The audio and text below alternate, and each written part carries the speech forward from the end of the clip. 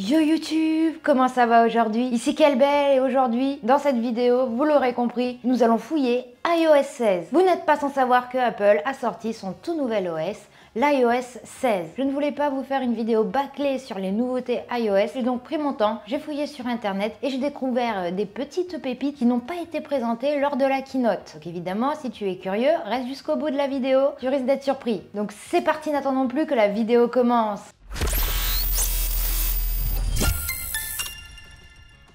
La plus grosse nouveauté d'iOS 16, c'est évidemment le fait de pouvoir personnaliser son écran d'accueil. Comme tu peux le voir juste ici, moi j'ai déjà commencé à personnaliser mon fond d'écran. Regarde la petite transition avec un zoom sur la lune qui est vachement sympa. Ça, c'est pour le fond d'écran par défaut. Du coup, qu'est-ce qui est nouveau? Qu'est-ce qu'ils ont rajouté? Dans un premier temps, la personnalisation de l'écran de verrouillage. Tu vas pouvoir choisir entre plusieurs types d'horloges. Aussi choisir les différentes couleurs, les différentes teintes en fonction des couleurs. Ça, c'est déjà une grosse nouveauté. Bon, moi, écoute, j'aime beaucoup cet affichage. À chaque fois, tu vois les emplacements dédiés aux widgets et tu vas pouvoir choisir parmi une liste assez longue de widgets à mettre. Et enfin, la dernière partie pour les widgets, c'est celle qui est juste en bas de l'horloge et tu vas pouvoir en mettre jusqu'à 3. Comme tu peux le voir, moi, j'ai mis le niveau de batterie et la météo, mais tu vas pouvoir mettre ton nombre de pas quotidiens, par exemple, la qualité de l'air, l'heure du coucher du... Bref, tu peux en mettre plein, tu vas même pouvoir mettre des news. Ajouter un autre petit truc assez cool que tout le monde va vouloir faire, c'est par exemple, quand tu appuies sur le petit bouton plus, tu vas pouvoir choisir énormément de types de fond d'écran. Par exemple, des emojis. Donc tu vas pouvoir mettre les emojis que tu veux et tu vas pouvoir avoir plusieurs options pour les mettre. La deuxième option, c'est évidemment la classico-classique, la fameuse qui en a épaté plus d'un. C'est la photo avec un sujet qui se détache de son fond. Là, comme tu peux le voir, mon chat est au-dessus, clairement, de l'horloge. Ça donne un effet un peu sympa. Et tu vas pouvoir choisir un filtre noir et blanc ou naturel. Évidemment, avec l'écran d'accueil qui a été changé et personnalisable, ils ont aussi changé la façon d'afficher les notifications. Elles vont plus s'afficher en liste infinie, mais elle va s'afficher en bas en petit rouleau. Moi j'appelle ça un petit rouleau, et elles sont un peu moins gênantes. Je trouve que c'est une bonne idée d'avoir changé la façon de présenter les notifications parce que c'était pas hyper cool. Le fait de pouvoir personnaliser un peu plus son fond d'écran, c'est quand même, comme on l'a dit, la plus grande nouveauté qu'Apple ait présentée dans sa keynote. Je sais pas à quoi ça sert d'avoir autant d'écrans de verrouillage, mais why not? Pourquoi pas? Les autres nouveautés, ça va être évidemment iMessage. Tu vas pouvoir envoyer un SMS à quelqu'un, et puis tu t'y dis mince, j'ai oublié d'en mettre le point d'interrogation. Donc tu vas pouvoir modifier, rajouter le point d'interrogation et aussi utiliser la dictée vocale, emoji curieux. Ok. Et pouf, ça a modifié. Bon, alors oui, j'ai fait beaucoup d'espace, mais du coup, ça a modifié mon message. La personne va voir le message modifié. Et si tu t'es vraiment gouré, tu peux évidemment annuler l'envoi. Donc toi, l'envoi est supprimé, mais la personne aussi, le message est supprimé. Avant, tu pouvais supprimer des messages de ton côté, mais la personne à qui tu avais envoyé le message avait toujours le message. Donc ça ne servait absolument à rien. Là, voilà, si tu t'es trompé de personne ou quoi, pas de souci, tu peux supprimer. Maintenant, on va voir une autre fonctionnalité qui a aussi été vachement mise en avant par Apple, c'est la fonctionnalité des photos. Vois-tu, ici j'ai mon chat, magnifique chat, je sais. Mais si par exemple appuyer très longtemps, tu vois, il y a une petite animation qui se crée, tu vas pouvoir copier, oui tu peux copier mon chat et tu vas pouvoir l'envoyer et tu as un chat totalement détouré dans tes messages. Moi là où je vois l'utilité de ça, c'est par exemple si je veux aller sur Canva qui va me permettre de vous montrer une autre nouveauté, c'est tu vois en bas il y a les 3 petits ronds pour dire que tu changes de page. Si tu attends un tout petit peu, tu as l'onglet recherche qui apparaît et c'est vachement cool. Je trouve que c'est assez pratique. Franchement, c'est l'une des fonctionnalités que je préfère. Hop,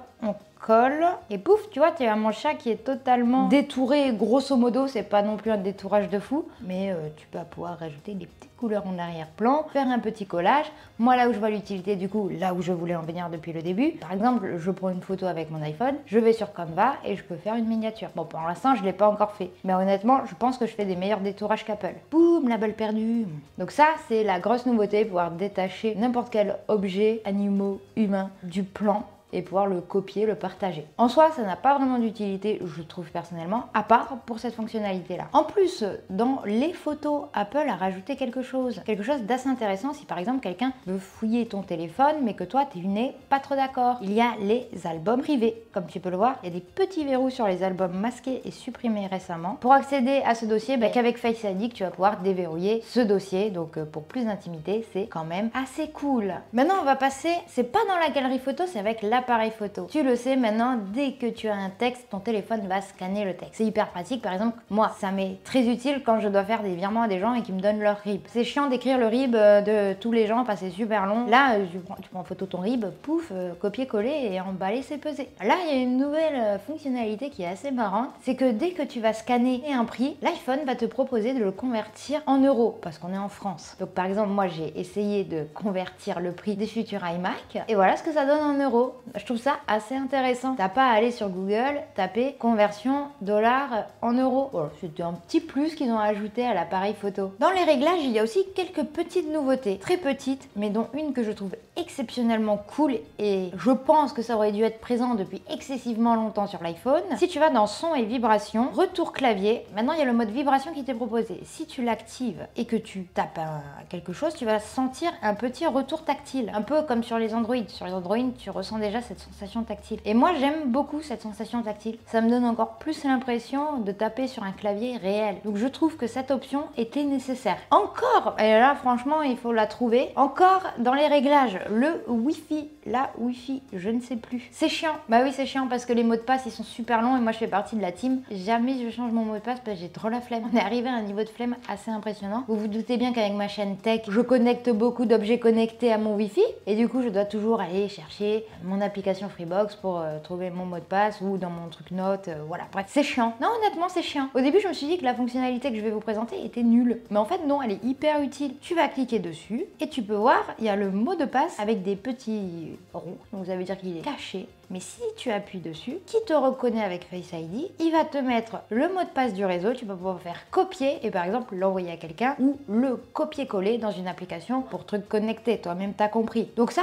pourquoi pas? Je trouve que c'est une option assez intéressante. Ça rajoute un peu plus d'interactivité. L'app Météo a aussi bien changé. Alors, là, tu me dis oui, elle a bien changé, t'es sûre Charlotte? Parce que c'est exactement la même. Oui, je suis sûre. Parce que je peux taper sur n'importe quel jour de la semaine, hop, demain, et tu as accès à un graphique hyper détaillé de la température en fonction de l'heure. Et tu vas pouvoir voir quand est-ce qu'il va faire très très chaud, quand est-ce qu'il va faire un peu moins chaud. Voilà. Tu vas aussi pouvoir voir l'indice UV. Tu vas pouvoir voir aussi la courbe du vent. Je sais pas pourquoi on a besoin de voir la courbe du vent. Les précipitations, donc s'il pleut, là, il n'y a rien. Tu vas voir quelque chose quand même d'assez précis sur les indications météo et ce sur tous les jours. Par exemple, déjà si je vais dans une semaine, dans 7 jours, donc le vendredi, vous allez encore avoir accès du coup à toutes ces informations. C'est assez cool. Un autre truc que j'ai découvert avant iOS 16 et que je ne savais absolument pas qu'il existait, un truc que je trouve excessivement pratique sur iPhone, tu appuies sur la petite carte en bas à gauche et là tu as accès à une prévision pour les prochaines 12 heures. Tu peux avancer comme ça, tu peux savoir s'il va pleuvoir chez toi. Moi je dis pratico-pratique. Ça c'était la nouveauté de l'app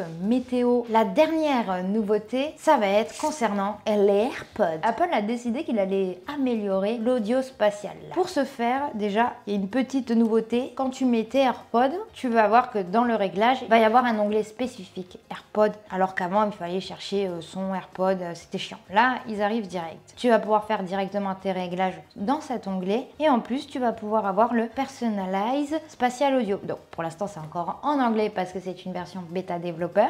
Ce que ça va faire, c'est que ça va littéralement scanner ton oreille pour que la sensation spatiale quand tu écoutes du son soit encore plus réelle et plus personnalisée. Honnêtement, je suis pas le type de personne qui arrive à voir la différence avec l'audio spatial. Si, je sens la différence, mais j'entends pas la différence. Putain, je suis nulle, j'entends pas la différence de l'audio spatial alors que tout le monde dit que c'est génial. Moi, je suis en mode... Je ressens pas de spatialité dans l'audio spatial. Mais bon voilà, du coup Apple veut miser sur la personnalisation de l'expérience utilisateur avec ses AirPods. Moi la petite option que je préfère, c'est la petite barre de recherche et la sensation tactile quand tu écris. Dis-moi en bas dans les commentaires quelle est ta nouveauté préférée, je suis super curieuse. J'ai fait le tour de tout ce que j'avais découvert de nouveau sur iOS. J'espère que cette vidéo vous aura plu. Malheureusement celle-ci touche déjà à sa fin. Il est donc temps pour moi de vous dire à ciao, bonsoir et à très bientôt. pour de nouvelles vidéos. Surtout, n'hésite pas à t'abonner à ma chaîne YouTube. Je suis aussi sur les réseaux sociaux si tu as envie de me suivre. Et voilà, je mets d'autres vidéos là qui vont s'afficher. Comme ça, tu peux voir d'autres vidéos. C'est cool. Voilà.